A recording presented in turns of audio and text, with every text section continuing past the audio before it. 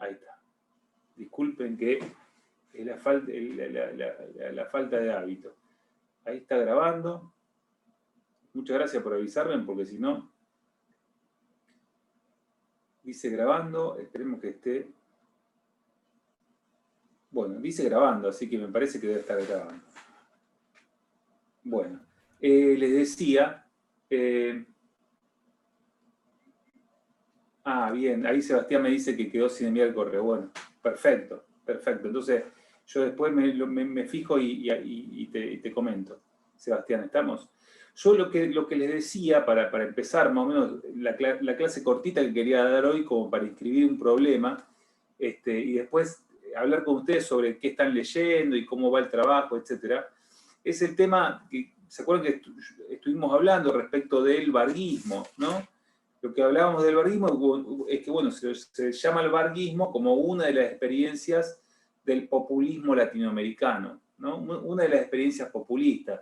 Cuando yo hablo del populismo latinoamericano, quítenle a esa noción, populismo, cualquier tipo de carga denigratoria o de un adjetivo calificativo negativo al cual, digamos, se le adjudica continuamente en la prensa pública, en los medios, etcétera, etcétera. Es simplemente un concepto que puede llegar a servir para pensar un proceso específico, en este caso el varguismo, ¿no? Es un gobierno, yo le decía, que llega en 1930 mediante un golpe de Estado, ¿sí?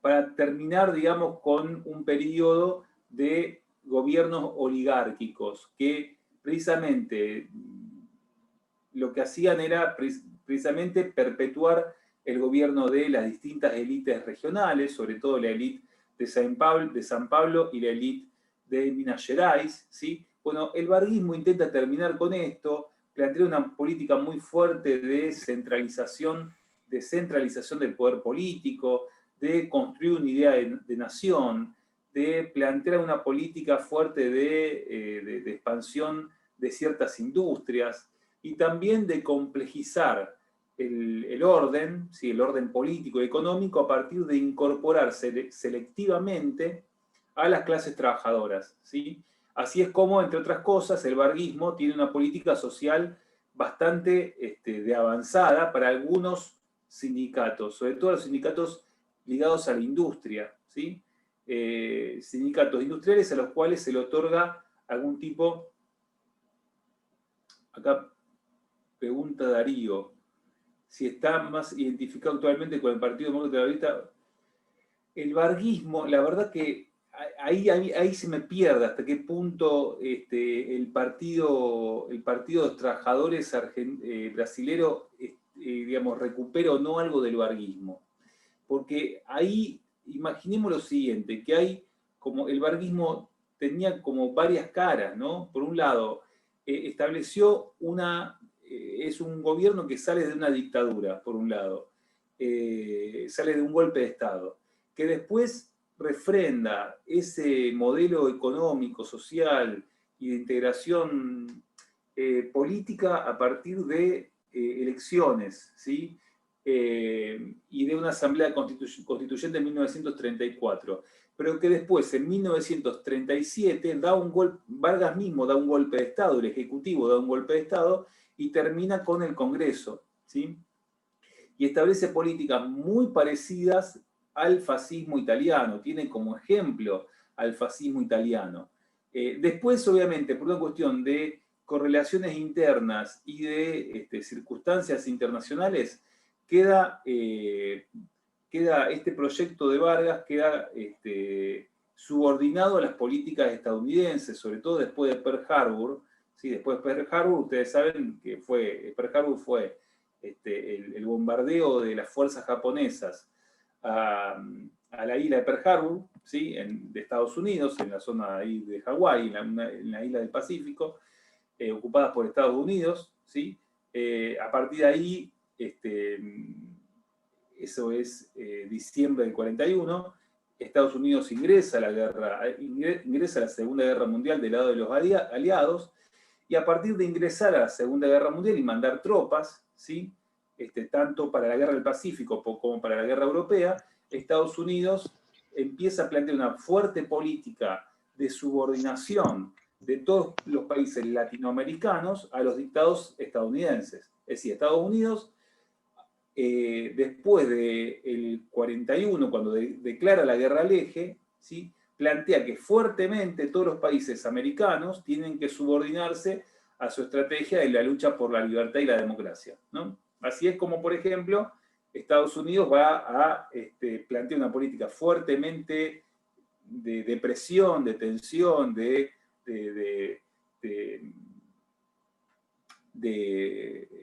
impugnación, podríamos decir también, a lo que va a ser el régimen de junio, ¿sí? El régimen de junio que surge en junio de 1943, donde entre otros toman el poder, sobre todo Ramírez, Farrell, y entre otros está ahí Perón, ¿no? Estados Unidos plantea una política para toda América donde no es posible el neutralismo. El neutralismo, Estados Unidos lo ve como simplemente una política no de soberanía nacional, sino fundamentalmente de ser en realidad proyectos gubernamentales anti-norteamericanos, pero fundamentalmente pro-eje, ¿no? Entonces, por eso Estados Unidos, digamos, va a plantear una política de presión directa para toda Latinoamérica después de que le declara la guerra al eje. Y que iba a plantear abiertamente que todos los países latinoamericanos tienen que declararle la guerra al eje, romper relaciones, dejar de comerciar con Alemania, con Japón o con Italia, y, por ejemplo, el Brasil de Vargas va a llevar también tropas a Europa, ¿no? Las tropas de brasileras van a pelear fundamentalmente en Italia, ¿no? Pero bueno, la verdad que no sé hasta qué punto ahí hay un vínculo, entonces ahí no sé hasta qué punto el Partido de los Trabajadores se relaciona o no con el varguismo, qué tipo de vínculo. Ahí la verdad que es una buena pregunta, pero no lo sé. Porque, profe, yo me acuerdo haber leído alguna vez de, o sea, a él lo que se le atribuye hasta hoy en día, digamos, la creación de las grandes empresas que posibilitan el desarrollo industrial de Brasil. Ahí aparece, por ejemplo, Petrobras, que hasta hoy en día existe. Pero también ahí se firman los convenios de reciprocidad de comercio con Estados Unidos en el 34. O sea, por un lado lo trataban como que el gobierno de él daba un desarrollo industrial, pero por el otro, hay algunos otros que lo trataban como que el gobierno era un gobierno de tiranía neta.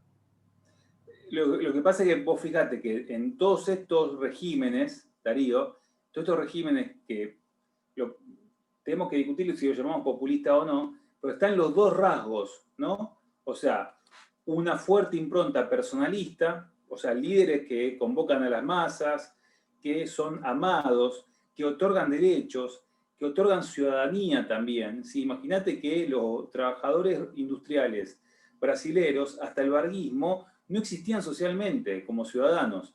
Lo que hace el varguismo es otorgarles derechos, dejar que se agremien, sentar en la ronda de negociación a los representantes de los trabajadores en igualdad de condición con los representantes de los empresarios, plantear que el Estado va a garantizar que las leyes y las convenciones colectivas se cumplan, etcétera, etcétera. Pero todo este tipo de democratización se da en un contexto que muchas veces limita las libertades individuales, hay contexto de fuerte autoritarismo. En el caso del varguismo, claramente, entre 1937, desde el golpe de Estado, hasta 1943, hay 5 o 6 años de dictadura, claramente, etcétera, etcétera, ¿no? O sea, hay un momento, digamos, se dan los dos elementos. Por un lado, y esta ambivalencia, ¿sí?, del populismo varguista o del proyecto varguista, también se da en la educación, ¿sí? Una educación que, por un lado, incorpora, ¿se acuerdan que les decía cómo el varguismo también intenta plantear una política de fuerte inclusión educativa de la población brasilera? ¿Se acuerdan? Yo les decía, bueno, en los 30 las tasas de analfabetismo en Brasil son altísimas, ¿sí? El gobierno de Brasil hasta ese entonces, hasta 1930, completamente subordinado a la labor y a la autonomía de cada una de las oligarquías regionales, hacía de que en realidad a esa oligarquía le interesaba muy poco que los sectores populares puedan alfabetizarse, ¿no? Que puedan, digamos, modernizar de alguna manera a la ciudadanía, o que puedan inscribirla, o que puedan plantear alguna idea de progreso, ¿no? Bueno, ante ese feroz elitismo, las oligarquías lo que plantean es quizás en algunas regiones alguna política de educación masiva, pero en general hay una política, digamos, de no apostar, digamos, por la educación tal cual lo tuvimos nosotros, por ejemplo, ¿no? Nosotros tuvimos un Estado nacional que relativamente, digamos, subordinó a las provincias a partir de 1880 y que pudo instalar una ley como fue la ley 1420, que de alguna manera fue un logro, digamos, y que pudo alfabetizar al grueso de la población en un trayecto de 2, 3 décadas, ¿no? Ya casi para la década del 30, década del 40, el analfabetismo en Argentina no llega a más de 2 dígitos, ¿no? Hay como una situación, digamos, de proyecto triunfante ahí. En el caso de Brasil fue muy distinto, ¿sí? Y bueno, el varguismo va a intentar, digamos, paliar esa situación, ¿sí? Digamos, democratizar también el acceso a la alfabetización, plantea una política de fuerte masividad en la secundaria y plantear un vínculo, como el proyecto es un proyecto industrialista, ¿sí? Y como el varguismo plantea que el Estado debe ser el conciliador entre los intereses de los empresarios, y el conciliador y el articulador entre los intereses del empresariado y de los trabajadores, es por eso, digamos, que construye escuelas de aprendizaje profesional para aprendices en las industrias, ¿no? O sea, plantea una política de vincular el trabajo con la educación, de intentar incentivar, digamos, la educación técnica, etcétera, etcétera. Yo eso quiero que ustedes lo piensen también al compás del proyecto y el modelo de país que está pensando Vargas, más allá también de la mirada, sobre todo hasta después de la Segunda Guerra Mundial, fuertemente autoritaria que tiene el varguismo. ¿Sí? Digamos, el varguismo, digamos, tiene una carga fuertemente autoritaria, es un gobierno de tintes unanimistas, no se lleva muy bien con la idea del pluralismo, no piensa, digamos, de que hay varias alternativas para la vida política, sino que se construye como la única salida posible, y la propia figura de Vargas se construye como una figura que es el líder indiscutible del país, sobre todo a partir hasta la Segunda Guerra Mundial, ¿no?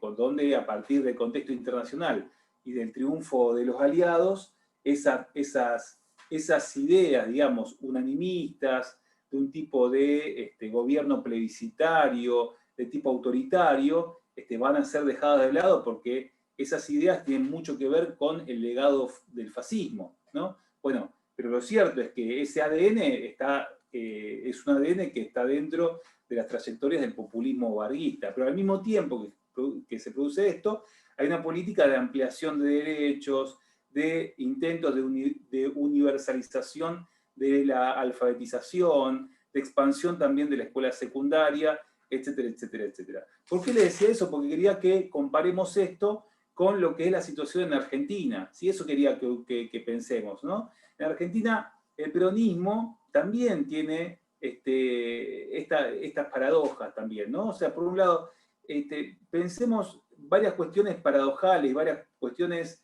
de tensión que tiene el peronismo con el universo, con la vida universitaria como tal, ¿sí? Por un lado, podríamos decir que claramente, digamos, no solamente Perón, el staff político del cual forma parte Perón en la revolución, que toma el poder por un golpe de Estado en junio del 43, es un staff político que no se lleva demasiado bien ni con los partidos políticos, ¿sí?, existentes, la UCR, el PDP, las distintas expresiones del conservadurismo, el Partido Socialista, el Partido Comunista, ni tampoco se lleva demasiado bien con la vida universitaria en general, ¿sí? Son, digamos, sobre todo los universitarios, ¿sí?, la mayoría de los universitarios, no todos, pero la mayoría de los universitarios y la mayoría de los partidos políticos son aliadófilos, ¿sí? ¿Qué plantean? ¿Por qué digo aliadófilos? Imaginemos junio del 43, en medio de la Segunda Guerra Mundial, ¿sí? Se está pensando qué hacer ante la guerra que se está desplegando en Europa, ya desde hacía varios años, ¿sí? La gran discusión en Argentina es qué hacer ante la Segunda Guerra Mundial. Y ante eso hay dos alternativas que atraviesan a la mayoría de los partidos, ¿sí?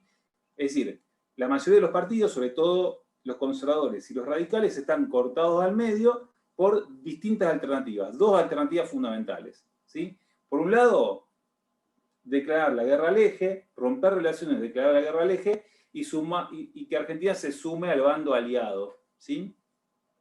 Ahí fundamentalmente está el sector, el sector alvearista del radicalismo, ¿sí?, el sector dirigente, el sector oficial del radicalismo, el sector que dirige el radicalismo en ese momento, y sectores también de los conservadores, ¿sí? Hay sectores de los conservadores y sectores del radicalismo que plantean, bueno, vamos a no hacer la guerra, pero sí romper relaciones con el eje, porque en realidad tanto el fascismo italiano como el nazismo alemán representan regímenes autoritarios, etcétera, etcétera, de tintes racistas, etcétera, etcétera, ¿no? Y sobre todo también, esta presión va a aumentar a nivel nacional e internacional una vez que Estados Unidos declare la guerra al eje, ¿sí? Y intente subordinar a todos los países latinoamericanos a su proyecto, ¿no?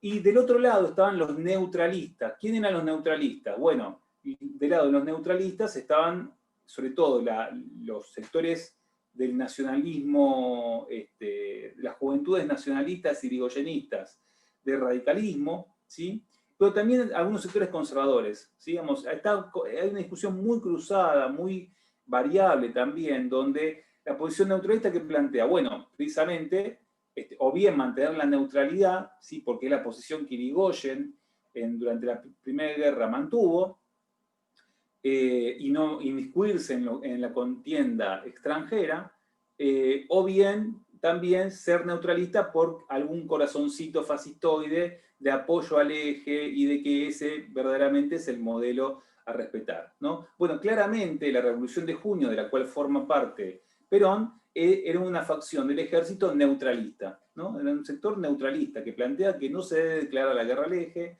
que la Argentina debe mantenerse neutral, que ante las presiones estadounidenses la Argentina debe defender su soberanía política, que ante el aislamiento internacional y ante el continuo poder de Estados Unidos de aislar internacionalmente a la Argentina por esta posición neutralista, la Argentina tiene que desarrollar su industria, etcétera, etcétera, ¿sí?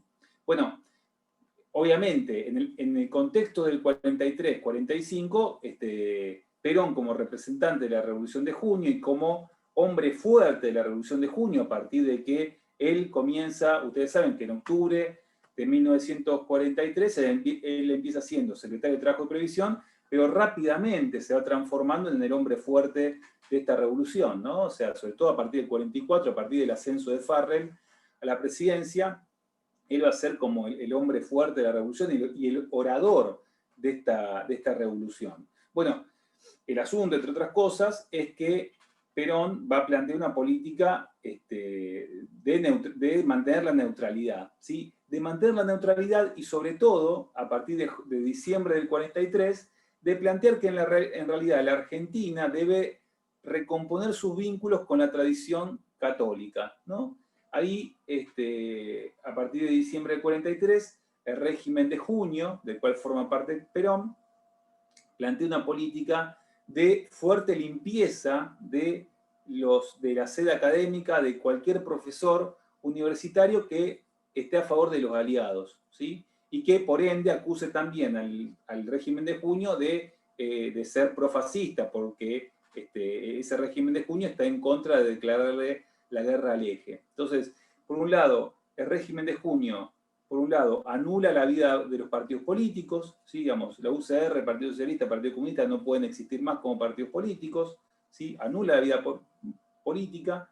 Por otro lado, también barre de la universidad a todos los profesores que pudieran llegar a tener que ver con las tradiciones ligadas a la idea democrática, a la idea, digamos, de la defensa de la lucha contra el fascismo, ¿sí? Y plantea de que en realidad solamente profesores que estén a favor de la neutralidad en la guerra pueden llegar a dar clases, que en ese momento son casi todos profesores católicos o bien del nacionalismo de derecha, ¿sí? Y por otro lado también plantea una política de que en las escuelas nacionales, ¿sí?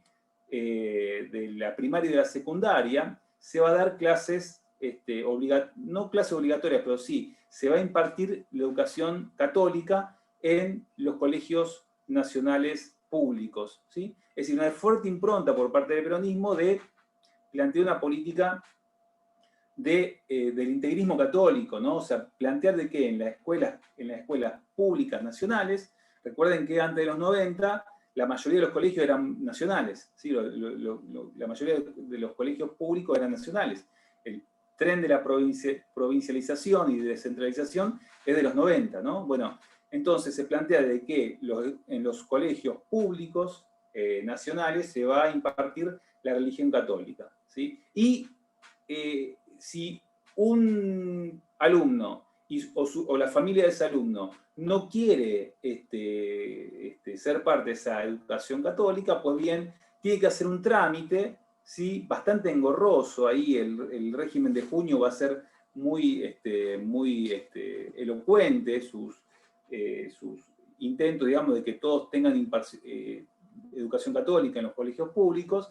Los alumnos que no quieran ser adoctrinados por un cura o por un catequista en la escuela tienen que hacer un trámite muy engorroso para tener clases de moral y una materia alternativa, digamos, ¿no?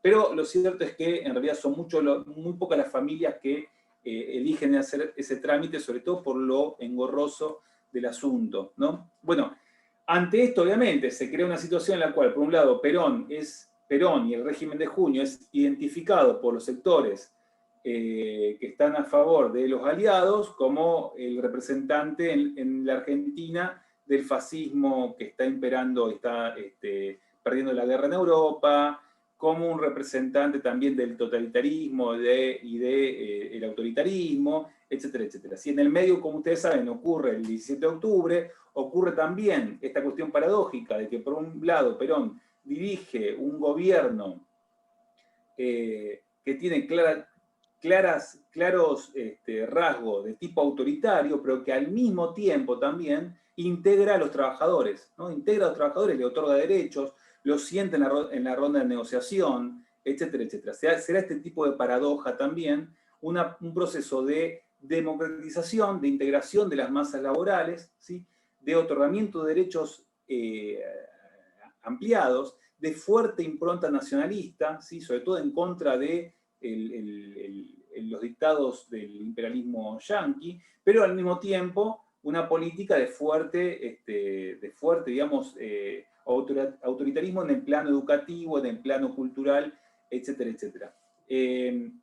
Esto, como ustedes saben, termina con Perón siendo convalidado, plebiscitado por las masas obreras el 17 de octubre del 45 y con un gobierno que comienza a ser legitimado por las urnas en las elecciones de fines de febrero del 46. ¿Sí? Perón asume el 4 de junio del 46 como el presidente de la Revolución de Junio. Él se presenta así también. Soy el presidente que representa, ¿sí?, a la Revolución de Junio, ¿sí?, esta revolución que intenta plantear una agenda industrialista, una agenda nacionalista, de integración de las masas obreras, etcétera, etcétera. Sí, pero que al mismo tiempo tiene como principales enemigos al mundo universitario, ¿sí? Que era aliadófilo, al mundo de las letras también, al mundo de los partidos políticos, que precisamente impugna a Perón por sus maneras autoritarias, etcétera, etcétera. Acá se da la paradoja argentina que, si se quiere, va designando lo que va a ser la historia argentina en esa década, ¿no? ¿Por qué me metí acá? Para pensar qué pasa con el peronismo. Yo no quería que dejemos de pensar también las políticas universitarias del peronismo, así que después van a tener mucha significación. Por un lado, el tema de que se continúa con la religión católica en los colegios públicos nacionales. ¿Sí? En 1947, lo que había sido un decreto, ya una vez que Perón dirige su gobierno, ¿sí? En febrero, después de las elecciones del 46, en el 47,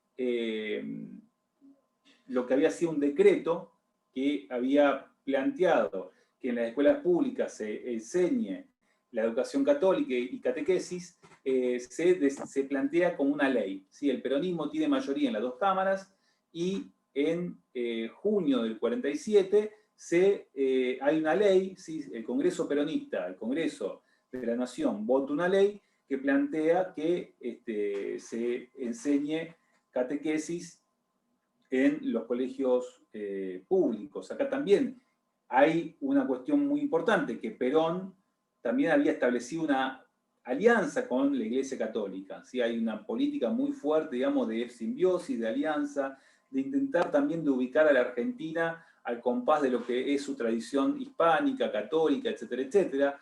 Hay también un recorrido de Eva durante el 47, también una gira que hace Eva muy importante durante el 47, visitando tanto a Franco como también al Papa de ese momento, etcétera, etcétera, ¿no? Y va a ser Eva también la que milite fundamentalmente a favor de esta ley que rubrique esta idea de que en los colegios nacionales públicos se enseñe la religión católica. Pero al mismo tiempo que ocurre esto, también hay una política de incorporación masiva de niños, niñas y adolescentes a lo que es la educación, tanto primaria como secundaria. ¿Sí? Hay una política, digamos, de fuerte incorporación de la educación como un derecho social, digamos, inclaudicable de este gobierno, ¿no? Aparece nuevamente esta figura fuertemente redistributiva y fuertemente anclada, digamos, en el reparto de bienes culturales que el peronismo va a tener durante toda la década, ¿sí?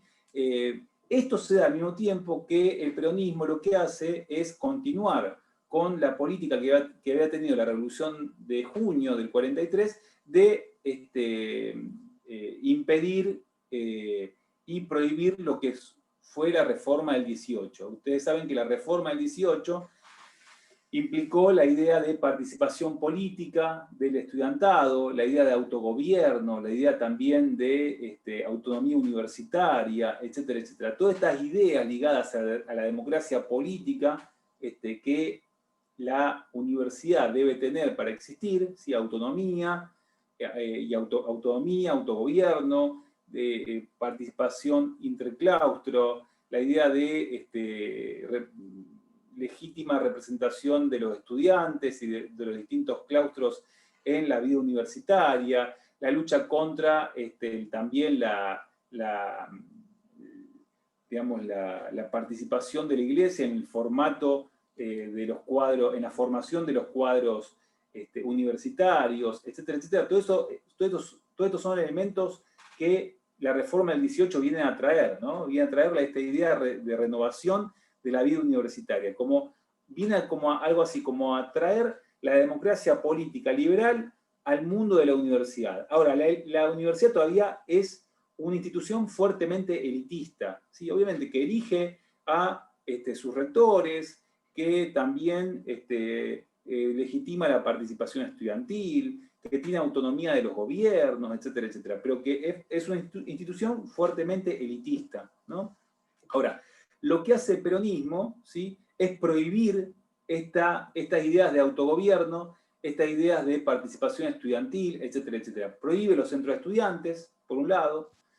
Prohíbe también la idea de que los decanos y los rectores son elegidos por el cuerpo de digamos, la vida de los claustros universitarios. Plantea en realidad una mirada mucho más jerárquica, ¿no? Esta figura de la comunidad organizada. Es el presidente el que elige a los rectores, ¿sí? Y son los rectores los que eligen a los decanos, ¿sí? Plantea una idea, digamos, mucho más jerárquica y mucho más ordenada del mundo universitario. Y ante eso prohíbe la organización de centros de estudiantes, ¿sí? Así es como la mayoría de los estudiantes universitarios durante el peronismo ven a Perón simplemente como un representante del fascismo. No ven, digamos, lo que está ocurriendo en el mundo obrero, en el mundo de las fábricas, etcétera, etcétera, ¿no?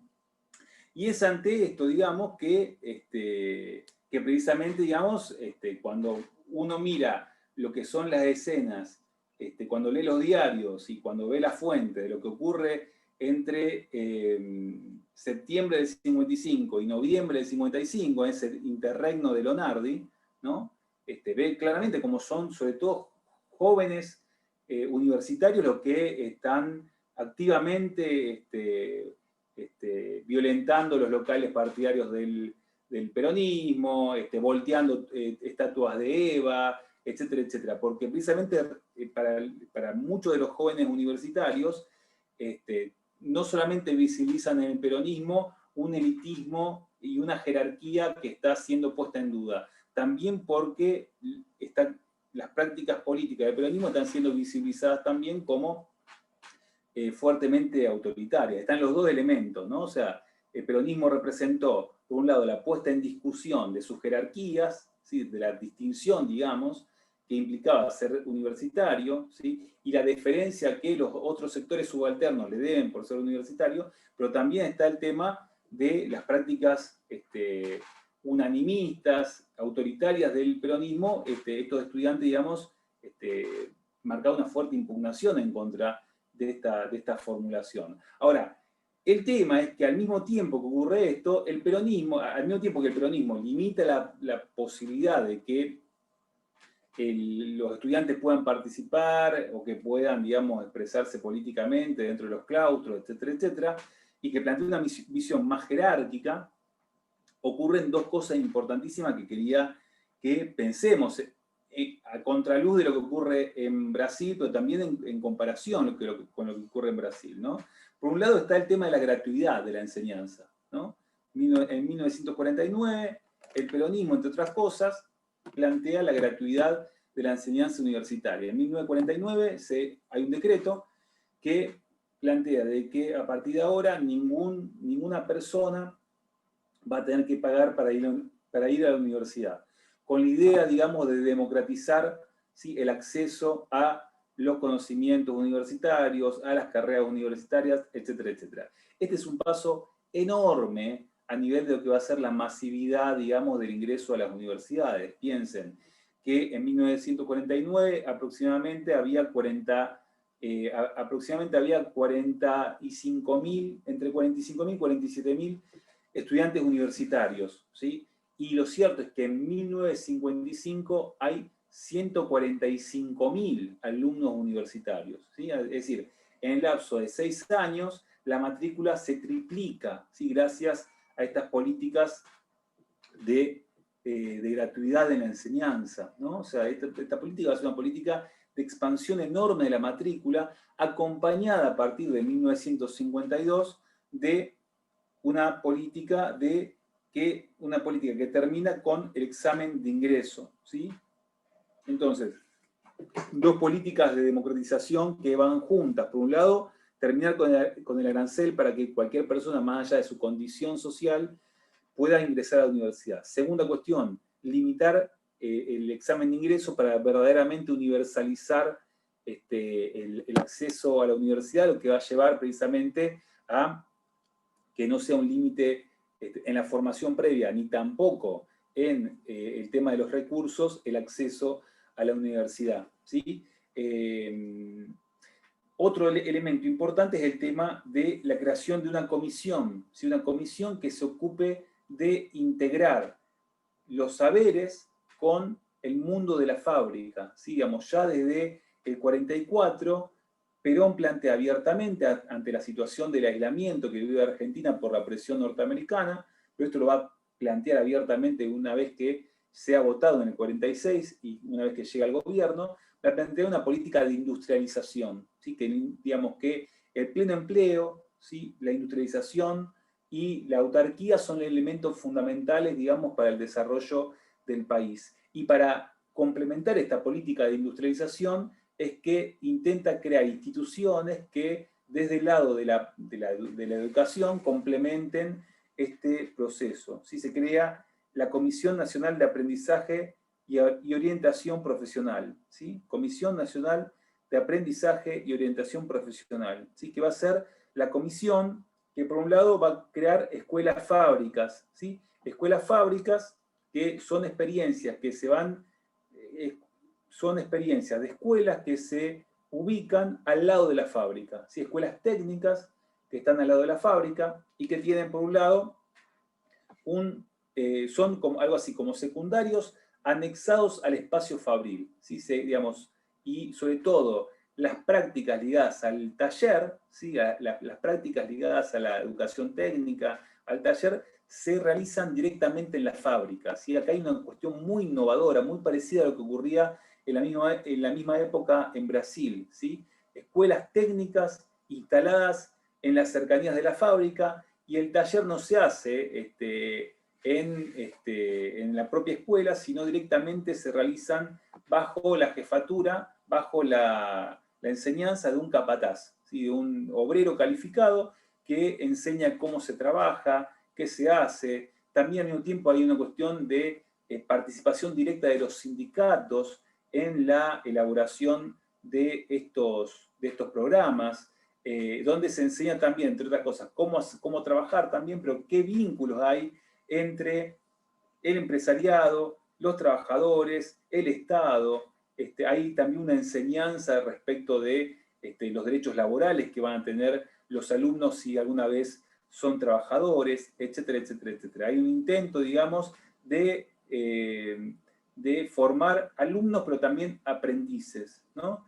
Y lo otro importante acá es que se intenta también, digamos, crear algo así como alumnos aprendices que reconozcan las relaciones laborales, el reconocimiento del sindicato, etcétera, etcétera, ¿no? O sea, acá aparece nuevamente este tríptico que es, de alguna manera, el esquema, digamos, que piensa Perón para organizar al país, ¿no? Por un lado, el Estado articulando una relación armónica e integrando los intereses de empresarios y trabajadores, ¿no? Bajo también su liderazgo que continuamente es apoyado por el mundo de los sectores populares, en tanto el peronismo está otorgando derechos como nunca en la historia, como nunca en la historia tuvo el país. Imaginemos, a ver, más o menos quizás esto no lo dieron ustedes, yo por eso quería detenerme acá. Imaginemos que entre el 46 y el 49 hay un crecimiento del salario real de aproximadamente el 60%. ¿Sí? Entre el 46 y el 49 aumento del salario real de aproximadamente el 60%. Imaginemos también que, por ejemplo, el Estado interviene en todos los mercados, digamos, para garantizar la expansión salarial de los trabajadores, porque se plantea que la expansión salarial de los trabajadores es lo que acelera también el desarrollo del mercado interno y de la industria, etcétera, etcétera. ¿No? Es el famoso ciclo de la expansión del mercado interno ligado al aumento de la actividad, al aumento del mercado, de la expansión salarial también y de la demanda, que va a durar hasta el 49. Después, en algún momento, cuando tengan ganas de estudiar historia argentina, vamos a ver cuáles son los límites y cuáles van a ser los frenos que va a tener este modelo económico. Pero lo cierto es que desde el punto de vista del acceso a los bienes culturales, materiales, va a ser un periodo de crecimiento enorme y sobre todo también un momento de crecimiento desde el plano de la cuestión de visibilidad, de reconocimiento de las masas obreras. ¿Sí? Imaginen, acá hay una cuestión de reconocimiento también. Imaginen también gente que nunca había ido a comer afuera, ¿sí? Esto lo elabora muy bien una autora que tiene un libro hermosísimo sobre este tema, ¿sí? Que cómo crece, digamos, también el tema, el rubro de la gastronomía, ¿no? Familias enteras que nunca habían ido a comer afuera un fin de semana, que a partir de ahora pueden darse ese gusto. Bienes también ligados a la sidra, a la vestimenta, que empiezan también nuevamente, digamos, a, por un lado, formar parte del acervo de consumo que están teniendo los sectores populares por primera vez, pero también que están poniendo en discusión las jerarquías de los sectores medios y de los sectores altos. Acá Nicolás me plantea el modelo de estado de bienestar. Y podemos decir, digamos, que el modelo peronista es la fórmula argentina para lo que va a ser el estado de bienestar, ¿no? A la Argentina también, ¿no? Que tiene sus características, sus marcas, pero acá hay claramente, digamos, una industrialización que está motorizada por la expansión del mercado interno, una industrialización que sustituye importaciones fundamentalmente, con un Estado que protege esta economía, con también un sector agrario que subsidia, ¿sí?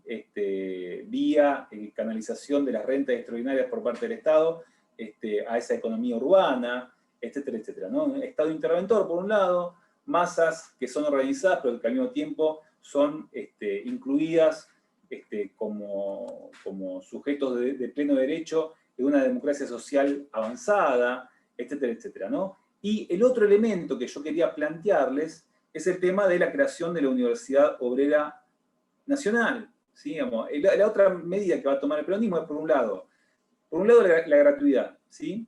Por otro lado, las escuelas fábricas, y por otro lado, la Universidad Obrera Nacional, ¿sí? Que está precisamente, se crea en el 49, como ustedes saben, y que está pensada en clave de poder, que está pensada para los trabajadores, ¿no? O sea, que va a ser el antecedente de la universidad a la cual pertenecen ustedes, ¿sí? Esta idea, digamos, de crear una universidad que intente, ¿sí? Que intente, por un lado, ser hecha para los trabajadores, ¿no? O sea, que sea para los trabajadores, que contemple los horarios, que digamos que el cursado sea un horario que los trabajadores puedan ir, ¿sí? Que reconozca el título de secundario que otorgan la escuela fábrica, ¿sí? Y que al mismo tiempo, digamos, refleje de alguna manera y se integra al mismo tiempo con este proyecto de industrialización, de impulso a los saberes técnicos ligados al desarrollo industrial, a un proyecto también de país, etcétera, etcétera, ¿no? Esto yo quería que lo tengan en cuenta porque a veces hablamos de varguismo, y hablar de varguismo, hablar también de cardenismo, como intenté plantearlo de forma muy escueta hace un par de clases, sin hablar de peronismo, era como que nos quede chueco esto, ¿no? Digo también esta paradoja, ¿no? O sea, un Estado que interviene, que otorga derechos, que amplía la participación, ¿sí? Que amplía también los disfrutes, digamos, y la posibilidad de progreso, pero que al mismo tiempo resguarda, digamos, la posibilidad de la participación ampliada del estudiantado, ¿no? O sea, esos son como paradojas que este primer peronismo va a tener, ¿sí? Cuando hablamos de peronismo no podemos hablar de una esencia ontológica, sino como un proyecto político que va cambiando en su propio, con distintos proyectos políticos que fueron cambiando y fueron de modelos, de acentos, etcétera, etcétera. Pero en este momento, fíjense que hay un proyecto industrialista donde el modelo de educación intenta acompañar este proyecto industrialista. ¿Sí? Yo simplemente no quería, digamos, terminar de dar Latinoamérica sin dar algo sobre el peronismo de forma muy escueta. Podríamos avanzar muchísimo más, pero para que ustedes tengan en cuenta, digamos, que cuando hacemos esta comparación, siempre tenemos que pensar también en clave argentina, ¿no? Bueno, yo corto acá, pero quería hablar esto antes de avanzar. La próxima vamos a hablar sobre Estados Unidos, nada que ver, pero bueno, quería que también hablemos un poquito del peronismo, de lo que es la propia trayectoria de las universidades durante el peronismo, de lo que va a ser la ampliación en la participación de los sectores populares durante ese ciclo, ¿sí? Etcétera, etcétera, ¿sí? A ver, acá me plantean. Claro, acá Darío plantea, está muy bien lo que plantea, ¿no? Claro, la idea era, fíjense que era lo que dice Darío, era este modelo articulador de intereses que piensa este peronismo, ¿no? Por un lado, el sector, los representantes de los trabajadores, ¿sí? Los sindicatos, ¿sí? El mundo, la esfera del trabajo. Por otro lado, la esfera del empresariado, ¿sí? Representantes del empresariado, que obviamente también ahí el vínculo entre Perón y el empresariado va a ser de tensión, ¿sí? Un proceso de tensión, de confrontación continua, ¿sí? Digamos, nunca el empresariado argentino industrial vendió tanto como durante el peronismo. ¿Pero por qué? Bueno, porque garantizaba una expansión de la demanda enorme, ¿sí? Digamos, a ver, fábrica de zapatos, fábrica de ropa, bebida. Imaginen lo que implica el crecimiento del 60% del salario real en 4 años, ¿sí? Lo que implica esa cantidad, digamos, de dinero excedente en los bolsillos de los trabajadores, volcado fundamentalmente a comprar zapatos, a ir a cenar afuera, etcétera, etcétera. Ahora, el empresariado, incluso el empresario que más se está beneficiando de esa expansión de la demanda, al mismo tiempo no le causa ningún tipo de gracia el poder regulatorio que tiene tanto el sindicato como el propio Estado en las formas, digamos, en la vida política, en la vida económica, digamos, ¿no? O sea, el imaginario del peronismo plantea de que en realidad en la propia situación de la fábrica, si bien el dueño de la fábrica es el patrón, ¿sí? Y la propiedad es de una persona, ¿sí? En realidad la propiedad debe ser pensada como un bien social, ¿sí? Con una finalidad social. Entonces, si la propiedad es pensada como una finalidad social, es indefectible que sean los sindicatos los que puedan negociar convenios colectivos, reparto de ganancias con el patrón, etcétera, etcétera.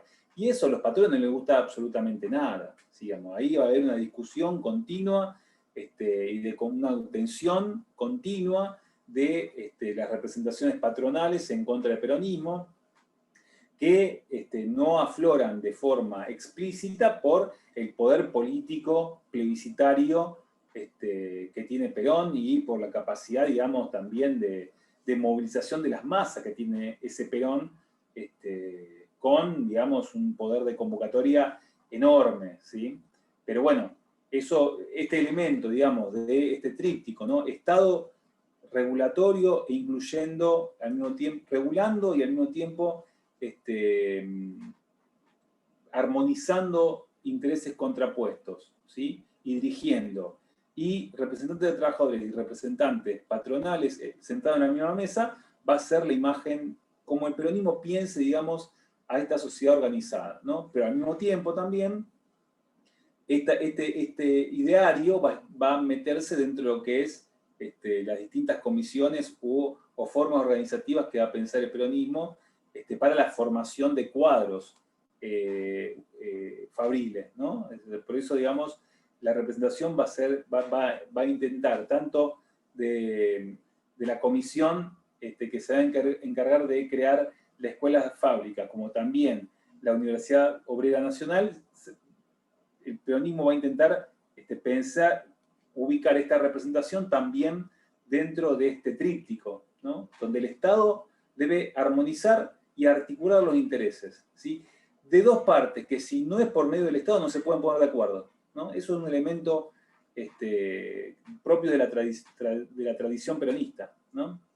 Que es muy parecido también a lo que viene haciendo también Roosevelt en los Estados Unidos en la década del 30, que es muy parecido a lo que viene planteándose también en Inglaterra, ¿sí? Sobre todo después de la Segunda Guerra Mundial, ¿sí? Un Estado que garantiza derechos, que armoniza conflictos, ¿sí? Que al mismo tiempo teme fundamentalmente ante la avanzada del comunismo y ante eso, digamos, regula, intenta regular el conflicto obrero, etcétera, etcétera, ¿sí? Y acá dice Caballero Carlos, dice, por eso quieren la reforma laboral los empresarios. Y bueno, claro, son empresarios que no tienen miedo actualmente, aparentemente no tienen miedo. Las patronales, si no tienen miedo, es muy difícil domeñarlas, digamos, ¿no? Pero sin algo que limite, digamos, que le ponga freno, las patronales, digamos, son desbocadas casi siempre. Ahí Darío, la reforma laboral implicaría que, bueno, precisamente salirse de los convenios colectivos, ¿sí?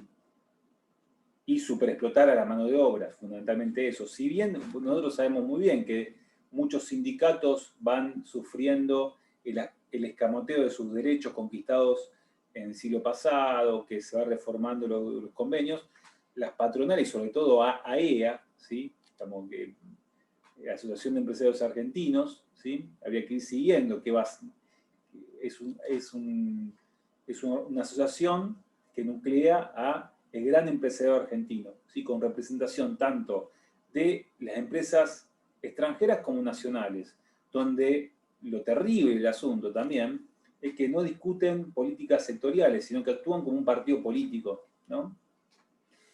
Es interesante también ver cómo muchísimos de los cuadros de AEA en 2015, que forman parte de AEA en el 2015, después van a formar parte del gobierno de Macri, ¿no? Directamente como, o sea, de ser CEOs y participar en AEA, van directamente a ser funcionarios de gobierno, ¿sí? Secretarías, subsecretarías van a estar, digamos, administradas por estos vándalos. Así no fue también, pero bueno, el tema de la reforma laboral tiene que ver con esto, que precisamente romper, digamos, lo que queda de aquel modelo peronista de conciliación de intereses entre patrones y obreros y de resguardo, digamos, de la vida y del cuerpo del trabajador ante la voracidad empresarial, ¿no? Lo que se quiere es terminar con eso y que triunfe esa voracidad, ¿no? Bueno, y después, sí, yo acá tengo Darío, pero decime, Leandro, no, y que después la yo reforma respondo. laboral, si viene impulsada por las patronales, no puede tener nada bueno para los trabajadores. Y sí, casi nunca. Casi nunca, quédate tranquilo que casi nunca. Sí, tenés razón, Leandro. Sí, sí. Acá Darío plantea, dice, se puede decir que el populismo no sería un contenido ideológico, sino una forma de discurso político. Esa es una discusión amplísima. Cuando tengan ganas, algún día armamos una charla y discutimos sobre populismo. Yo no tengo problema, porque es una discusión que me gusta. Como lo estoy planteando yo, a ver, lo estoy planteando más desde un punto de vista más histórico, estructural, ¿no? O sea, más que como un discurso político. Es una vieja discusión. ¿Qué es el populismo? ¿Sí? Es una forma de discurso político, entonces, ¿qué plantearía el populismo como discurso político? Y bueno, la construcción de una antinomia entre pueblo y antipueblo, la configuración de una oligarquía en contra del pueblo, la construcción también de signos que identifican ese pueblo, ¿sí? En el caso del peronismo, justicia social, soberanía política, independencia económica, el reconocimiento de derechos y de ciudadanía plena para el pueblo trabajador, etcétera, etcétera, ¿sí? La imagen también de un líder que en su propia persona y en la confianza de esa persona esté representando, digamos, la garantía de este proyecto, etcétera, etcétera, ¿no? El análisis que hice yo, más que de tipo de discurso político, ¿sí? Si bien lo podemos incluir, fue más de tipo estructural, ¿sí? Y más de tipo contextual, ¿sí? Fíjate que ubiqué al varguismo en la misma época que el cardenismo y en la misma época que el peronismo, ¿no? me parece que el populismo latinoamericano, tal cual lo pensamos en ese ciclo histórico, tenía de los dos elementos tanto estructurales, ¿sí?, como también elementos discursivos, ¿no? O sea, fijémonos el varguismo, fuertemente nacionalista, fuertemente también industrialista, y también una fuerte impronta de renovación de la vida política. Fijémonos el peronismo, fuertemente antiimperialista, fuertemente industrialista, y un elemento claro, digamos, de renovación de la vida política. Perón dice en el 46, fíjense si quieren, en el cierre de campaña que da el 12 de febrero del 46, dice, en realidad, los que me dicen que yo soy fascista, ¿sí?, en realidad no reconocen que estuvieron metidos en el conturbeño, digamos, del fraude electoral de los 30. Yo acá vengo a otorgar por primera vez carta de ciudadanía a una población que no son ciudadanos, que no son ciudadanos plenos. ¿Sí? Dice, ese pueblo trabajador al cual yo estoy otorgando derechos, ¿sí?, por primera vez se reconocen como verdaderos argentinos. Porque capaz que votaban, pero al no tener derecho a comer, a tener, a ver resguardada su vida, digamos, laboral y determinado tipo de disfrutes, ¿sí?, no son ciudadanos plenos. Y dice, bueno, en realidad lo que se juega no es una lucha, dice Perón, entre dictadura y democracia, o entre totalitarismo y libertad. Se juega un partido de campeonato entre justicia social e injusticia social, ¿sí? Esa es la disputa, gira en torno de ese dilema, ¿sí? Pero me parece, digamos, que es una discusión muy larga, ¿no? Acá yo tengo un libro, que todavía no lo leí, pero miren, si quieren, cuando lo lea, hacemos una charla sobre esto. ¿Por qué funciona el populismo?, de María Esperanza Casullo, que es un libro, me da la impresión, no lo leí todavía, pero bien lindo, me parece, como para actualizar un debate, ¿no? Salgamos, digamos, de la idea que prendemos el televisor y como todos son populistas, salvo el que habla, que es un republicano y alma de cristal, nadie populista. Pero si uno lo piensa, este es un debate interesante para dar, porque hay rasgos, si se quiere, también en los populismos latinoamericanos del siglo XXI, si se quiere, que son elementos comunes, ¿no? O sea, tanto el proyecto de Correa, de Evo, de Lula, de los Kirchner, ¿no? Son proyectos que tienen puntos en común, así como tuvieron también puntos de común el varguismo, el peronismo, el cardenismo, etcétera, etcétera. Sí, con pro y con contra, claramente, ¿no? Pero tienen algunos puntos en común. Entonces, este libro me parece, no lo leí todavía, pero me parece actualiza ese debate. ¿Sí? Bueno, yo si quieren corto acá de hablar porque me cansé, pero lo escucho a ustedes también para el trabajo que vamos a hacer. ¿Sí?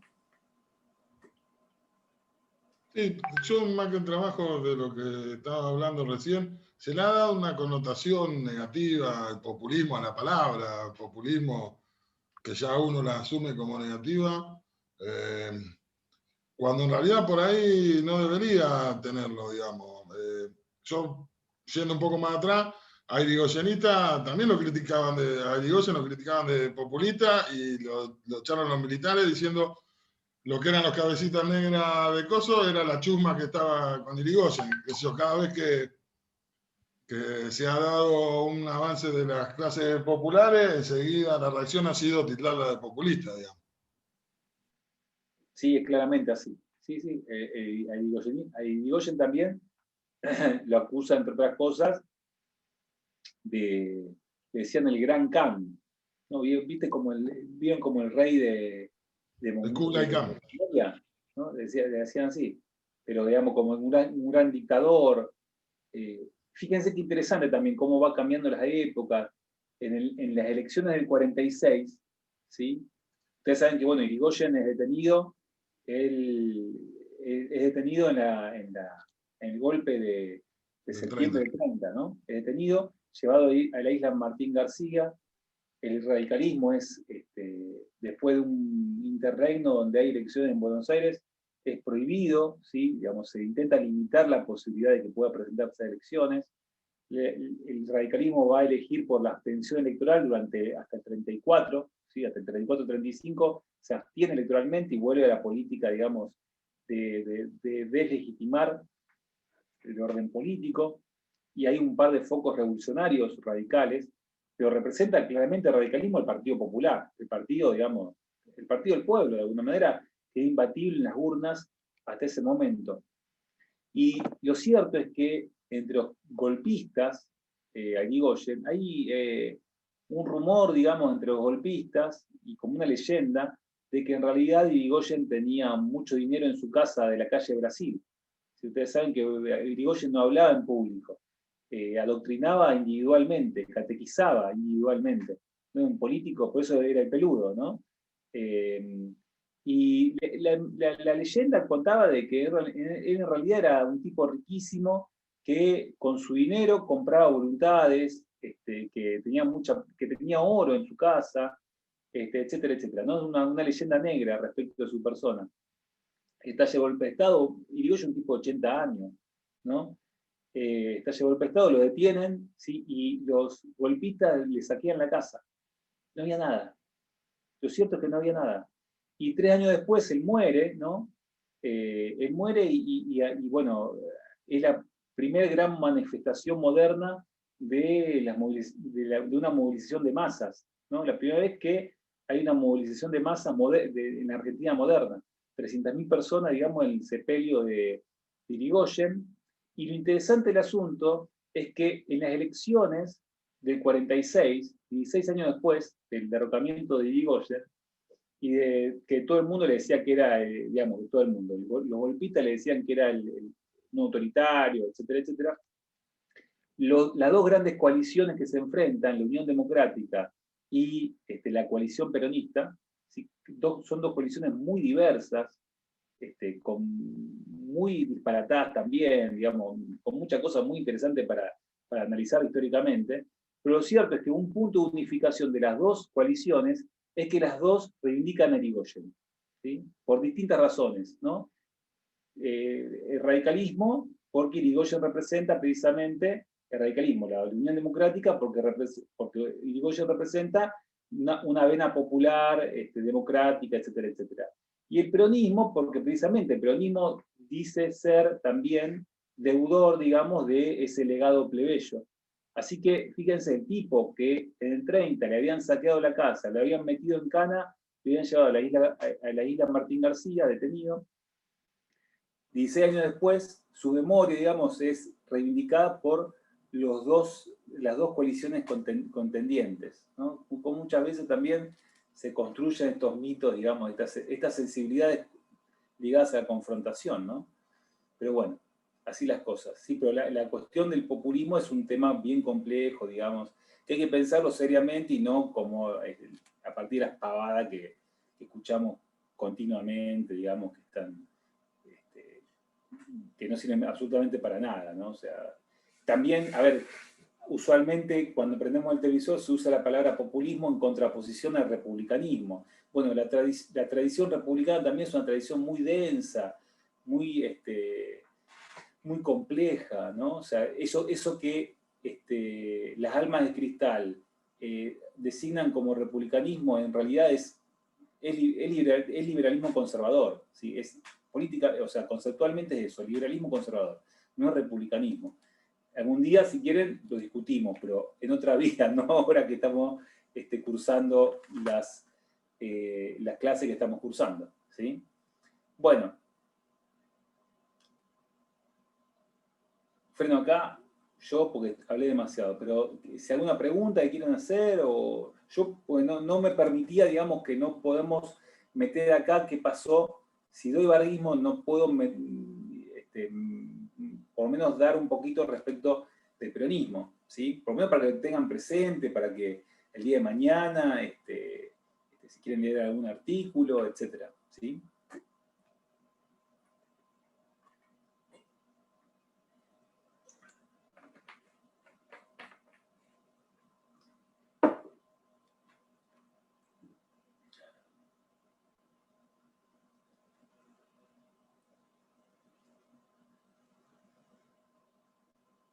Claro, ahí Darío plantea, se usa precisamente como un término despectivo, claro, exactamente. No es el término que usa, por ejemplo, María Esperanza Casullo, ¿sí? Digamos que no es el término que, por ejemplo, se usa cuando, por ejemplo, se piensa en los populismos latinoamericanos, ¿no? Digamos, se piensa como un concepto que puede llegar a servir para pensar un proceso, simplemente como eso, ¿no?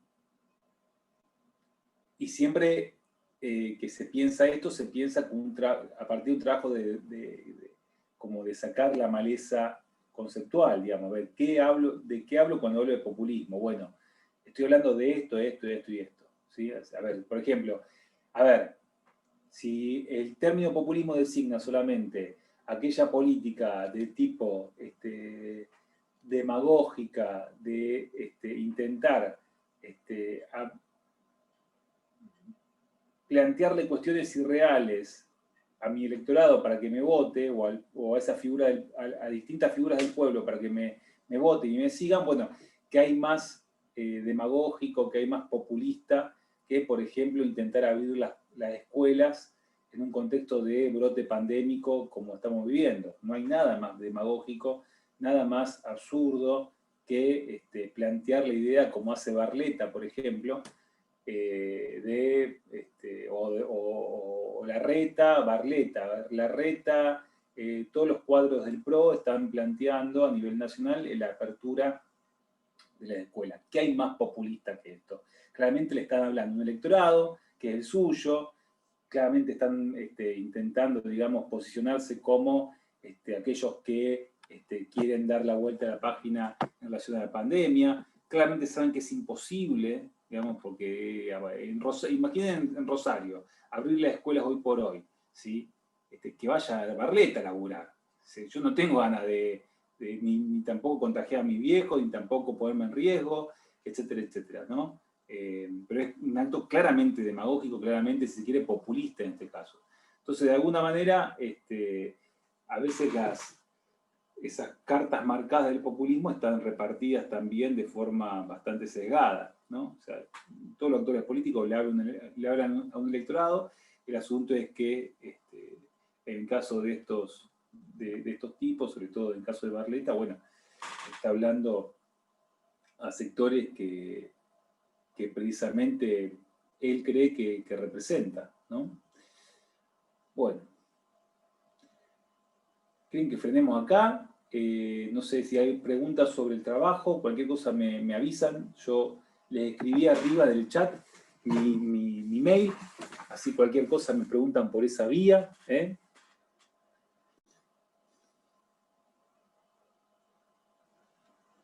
Bueno, cerramos acá si quieren. Bueno, saludos. Bueno, dale Carlos, mandame nomás. No hay ningún drama, dale. Mandame.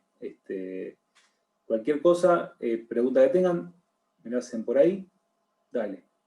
Listo. Bueno, saludos grandes. Cuídense.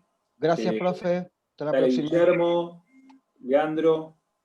Chao. Laura y Chao, Aida. profe, gracias. Georgina, bueno, un saludo grande, cuídense mucho. Profe, Sí.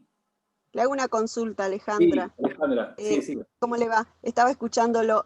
Su email es manuel-980@hotmail.com.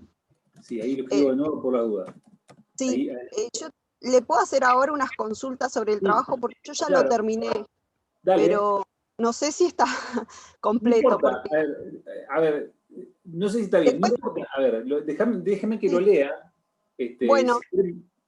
Sí.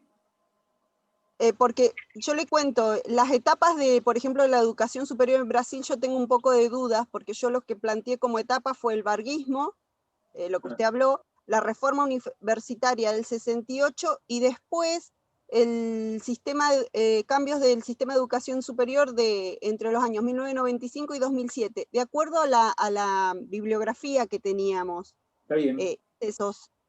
No me falta nada, o sea, porque yo digo, capaz que tenemos que hacer también una ampliación sobre lo que es ahora el gobierno de Bolsonaro y lo que fue el anterior, por eso esa era mi duda. No, simplemente hacer, poner las etapas y ya está. No más que eso. ¿Sí? No va a Está llegar bien. hasta ahora. Si simplemente, fíjate que los textos te llegan hasta donde te llegan. No te voy a preguntar cosas que corresponde, digamos. Lo que voy a evaluar es lo que tengan ustedes en relación a lo que digan los textos. ¿Sí? No más que eso. Bien, ¿Eh? bien, bien, bien. Está bien. Hay cosas No, que está los bien. textos a veces no dicen. Entonces tampoco Sí. le voy a exigirle. Simplemente pienso que quiero que ustedes reconozcan un problema. ¿Sí? Más que cualquier otra cosa. ¿Estamos? Bien, bien, bien. Está bien, perfecto. Era esa mi duda. No, Así no hay que, problema, Alejandra. Bárbaro. muchas gracias. De nada, Alejandra.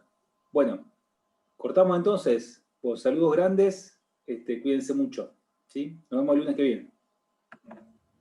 No,